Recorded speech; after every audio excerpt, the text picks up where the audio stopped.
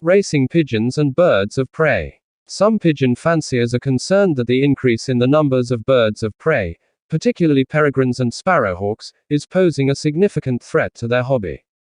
Peregrines and sparrowhawks will kill racing pigeons and can cause injury or disruption to flocks.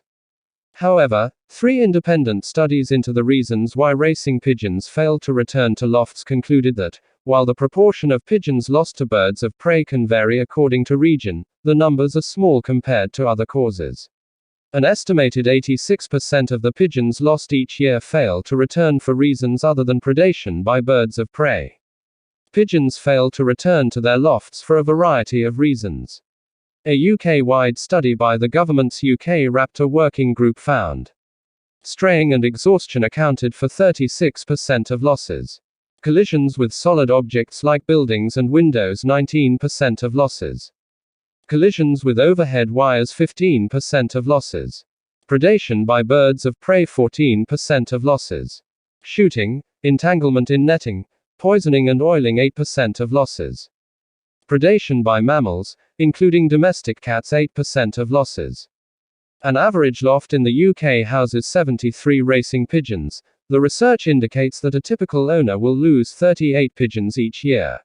Of these, just over 5 would be killed by sparrowhawks and peregrines, while 14 will have strayed, gone feral or died of starvation and exhaustion, 7 will have died in a collision, 6 will have hit overhead wires, 3 will have been shot, poisoned or oiled, and 3 will have been eaten by a mammal. Straying accounts for the highest losses in racing pigeons, and more needs to be done to understand the causes for this. Of those pigeons that were taken by birds of prey, a significant number of them had already strayed from their lofts and become feral before they were killed.